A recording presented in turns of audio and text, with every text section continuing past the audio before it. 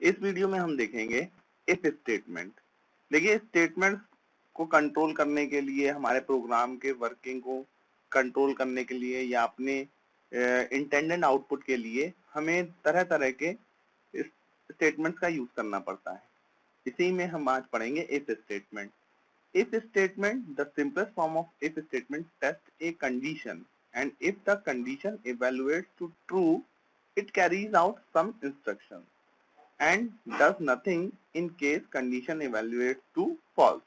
मतलब ये है कि अगर if के बाद की दी हुई कंडीशन, जैसे यहाँ पे दिखाई दे रही है, देखिए if स्टेटमेंट, if के बाद हम यहाँ पे कोई कंडीशन देंगे, ये हमारा किसी भी तरह का बुलियन फॉर्म में एक्सप्रेशन हो सकता है, जो रिलेशनल ऑपरेटर या फिर लॉजिकल ऑपरेटर्स की हेल्प से बना हुआ कोई भी एक्सप्रेशन हो सकता है, जिसकी वैल्यू या तो ट्रू आएगी या तो फॉल्स आएगी। और अगर वो ट्रू या फॉल्स नहीं है तो उसकी ट्रुथ वैल्यू के अकॉर्डिंग आगे की वर्किंग होगी। ठीक है, अब यहाँ पे इसके बाद लगाते हैं कोलन साइन। कोलन साइन ये बताता है कि हम इफ का ब्लॉक यहाँ से स्टार्ट कर रहे हैं, इफ के अंदर के स्टेटमेंट लिखने जा रहे हैं। ये देखिए यहाँ से टैप करके इतना स्पेस देना मैंडेटरी है, ये चीज ध्यान रखिएगा। तो इफ का ये ब्लॉक है इतना, ये पूरा, जिसमें एक स्टेटमेंट हो सकता है, एक से ज्यादा स्टेटमेंट्स हो सकते हैं, मतलब कंपाउंड स्टेटमेंट्स हो सकते हैं, या फिर एक भी स्टेटमेंट ना हो, ऐसा भी हमारा इफ का पार्ट हो सकता है। उस केस में क्या होगा, कंडीशन ट्रू हो चाहे फॉल्स हो, उसके बाद इफ सीधे अपने बाहर आ जाएगा और बाहर जो भी स्टेटमेंट्स के बराबर से लिखे होंगे उनको एग्जीक्यूट करेगा। अभी ये स्टेटमेंट देखिए टैब करके लिखा हुआ है, मतलब ये इसके अंदर के स्टेटमेंट्स हैं। ठीक है, तो जब इसकी कंडीशन ट्रू होगी, इसका ये एक्सप्रेशन, कंडीशनल एक्सप्रेशन जब ट्रू होगा तब ये पार्ट एग्जीक्यूट करता है। लेकिन अगर इसकी कंडीशन फॉल्स होती है तो ये जो भी स्टेटमेंट्स इसके अंदर लिखे हुए हैं ये एग्जीक्यूट नहीं करते, सीधे हमारा यहाँ से इंटरप्रेटर स्विच करके इफ के बाहर आ जाता है। मतलब यहाँ से इफ के बराबर से जो भी स्टेटमेंट लिखे होंगे वो एग्जीक्यूट करेंगे, इफ के अंदर का पार्ट एग्जीक्यूट नहीं करेगा, इफ का ब्लॉक एग्जीक्यूट नहीं करेगा अगर कंडीशनल एक्सप्रेशन की वैल्यू फॉल्स है तो। चलिए इसको जरा वर्किंग को समझ लेते हैं। देखिए सबसे पहला काम ये है इफ का ब्लॉक। ठीक है, ये इतना पार्ट, इसमें एक स्टेटमेंट भी हो सकता है, इससे ज्यादा स्टेटमेंट भी हो सकते हैं, या फिर एक भी स्टेटमेंट ना हो, ऐसा भी हो सकता है। कोलन के बाद से वहां पर खाली हो, कुछ भी नहीं लिखा हो। ठीक है, नेक्स्ट, अगर इसकी कंडीशन, ये कंडीशनल एक्सप्रेशन अगर ट्रू है तो हमारा इंटरप्रेटर स्विच करके इस इफ के अंदर आ जाएगा और इन स्टेटमेंट को एग्जीक्यूट करेगा। जो भी स्टेटमेंट इस ब्लॉक के अंदर लिखे होंगे उनको एग्जीक्यूट करेगा। लेकिन अगर ऐसा नहीं है, इफ की कंडीशन फॉल्स है, ठीक है, इसकी कंडीशनल एक्सप्रेशन की ट्रुथ वैल्यू फॉल्स आ रही है, तो उस केस में हमारा इफ स्विच करके सीधे बिना कुछ किसी भी स्टेटमेंट को एग्जीक्यूट करे सीधे इंटरप्रेटर यहाँ से इफ से बाहर हो जाएगा और इफ के बाहर जो भी स्टेटमेंट लिखे होंगे वो एग्जीक्यूट करेंगे। या फिर अगर कोई उसके बाद हमारा प्रोग्राम में कुछ नहीं लिखा है तो हमारा प्रोग्राम वहीं एंड हो जाएगा, ये अंदर के स्टेटमेंट एग्जीक्यूट नहीं करेगा। ठीक है, चलिए एक एग्जाम्पल लेकर के समझते हैं इसको। मान लीजिए अच्छा एक चीज और, देखिए the statement inside and if are intended at same level, मतलब ये एकदम बराबर से इंटेंडेड होने चाहिए, इंडेंटेड होने चाहिए। ये देखिए यहाँ से ये एकदम बराबर से जो है टैब करके लिखे जाते हैं। ठीक है, इसमें बिल्कुल डिफरेंस नहीं होना चाहिए। ऐसा नहीं हो एक स्पेस करेक्टर दे दिया तो फिर आपको अगले स्टेटमेंट भी एक स्पेस करेक्टर दे करके ही बराबर से एकदम लिखने होंगे। अगर आपने टैब की प्रेस करी है तो अपने आप यहाँ पर आपका स्टेटमेंट यहाँ पे आएगा, लिखा जाएगा, उसके बाद अगला स्टेटमेंट भी टैब करके यहाँ से ही लिखा जाएगा। आप एंटर दबाओगे तो अपने आप ही आपका कर्सर यहाँ पे आएगा।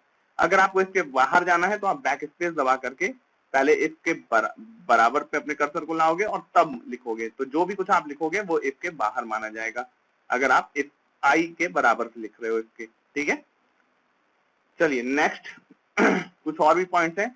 स्टेटमेंट में consist of a single statement, मतलब इसमें एक स्टेटमेंट भी हो सकता है, एक से ज्यादा स्टेटमेंट भी हो सकते हैं, या फिर जस्ट पास हो सकता है in case of empty statement. ठीक है, चलिए एक एग्जांपल लेकर के इनको इसकी वर्किंग समझते हैं। Find largest number among 3 number input by user, मतलब इनपुट यूजर से 3 नंबर इनपुट लेने हैं और तीनों में जो भी सबसे बड़ा नंबर है उसे प्रिंट कर देना है।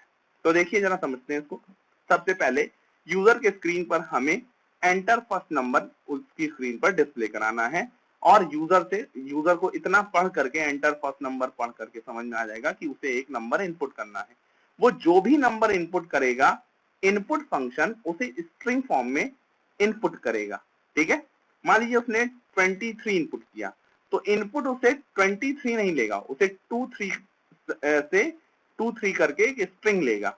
आईएनटी फंक्शन उस 23 को चेंज कर देगा 23 में और उस 23 को फर्स्ट नाम के वेरिएबल में असाइन कर देगा, मतलब फर्स्ट नाम का वेरिएबल उसे रेफर करने लगेगा उस कांस्टेंट को। ठीक है, उस इंटीजर कांस्टेंट को। ठीक इसी तरह से जैसे ही एक नंबर जो है वो फर्स्ट नाम के वेरिएबल में रेफर हो जाएगा, वैसे ही यूजर के स्क्रीन पर दूसरा स्टेटमेंट आएगा, एंटर सेकंड नंबर। यूजर जो भी नंबर इनपुट करेगा, मान लीजिए उसने इनपुट किया 20, तो वो 20 नहीं होगा, इनपुट उसे 20 का स्ट्रिंग लेगा, आईएनटी उसे 20 बनाएगा आईएनटी फंक्शन, और फिर उस 20 को एज ए इंटीजर सेकंड नाम के वेरिएबल से रेफर करवा देगा।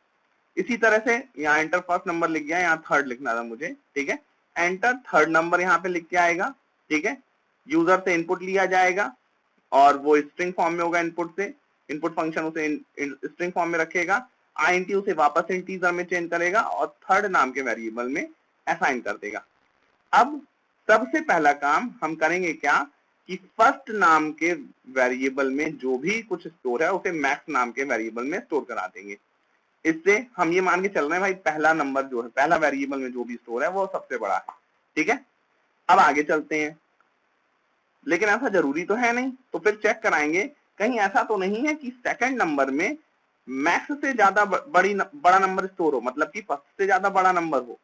तो अगर ऐसा है, मतलब सेकंड में अगर मैक्स से बड़ा नंबर है, मतलब फर्स्ट से ज्यादा बड़ी वैल्यू है, तो मैक्स वेरिएबल में सेकंड वेरिएबल में जो भी वैल्यू है उसे असाइन कर दीजिए। मतलब ये कंडीशन अगर ट्रू हो रही है तो इसके अंदर आ जाएगा हमारा इंटरप्रेटर और मैक्स नाम के वेरिएबल में सेकंड असाइन कर देगा। लेकिन अगर ऐसा नहीं है, मतलब सेकंड वेरिएबल में स्टोर वैल्यू या तो मैक्स के बराबर है या उससे छोटी है, तो ये कंडीशन फॉल्स होगी इस वाले इफ की, और वो यहां से स्विच करके सीधे इसके बराबर से यहां पर आ जाएगा।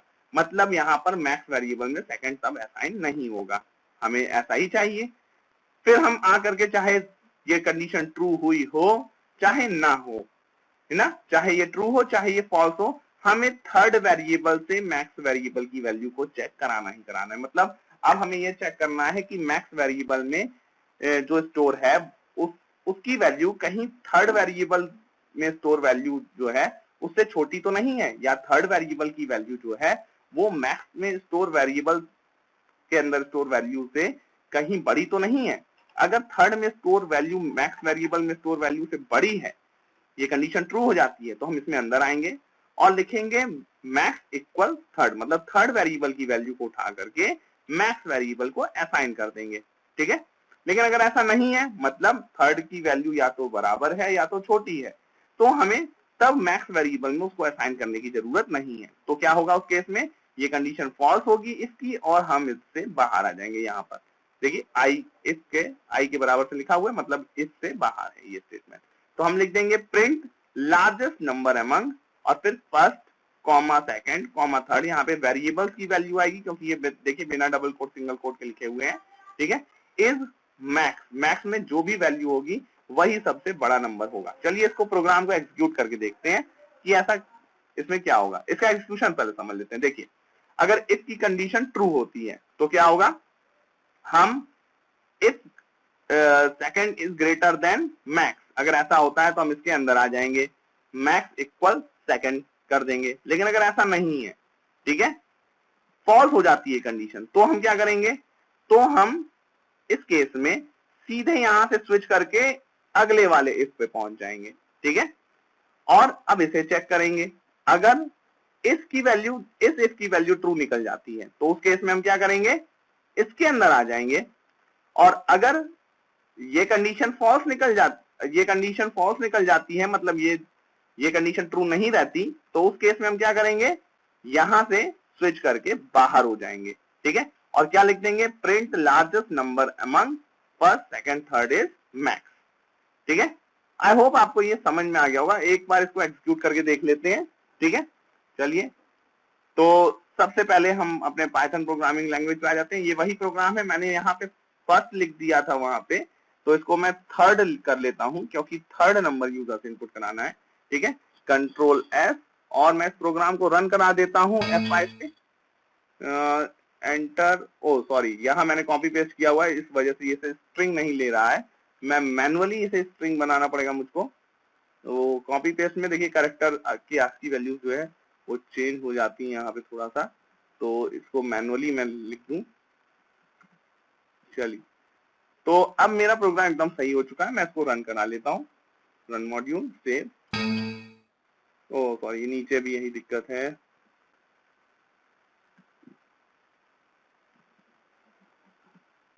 यहाँ पर भी यही दिक्कत आएगी, यहाँ पे भी ये इसको डबल कोट नहीं मान रहा है, वो दिख ले ही रहा है, ठीक है। तो अब इसको हम रन कर लेते हैं। एंटर फर्स्ट नंबर, तो फर्स्ट नंबर भाई हम दे देते हैं, चलिए 20, ठीक है। सेकंड नंबर दे देते हैं 10, और थर्ड नंबर दे देते हैं 30। तो सबसे बड़ा नंबर 30।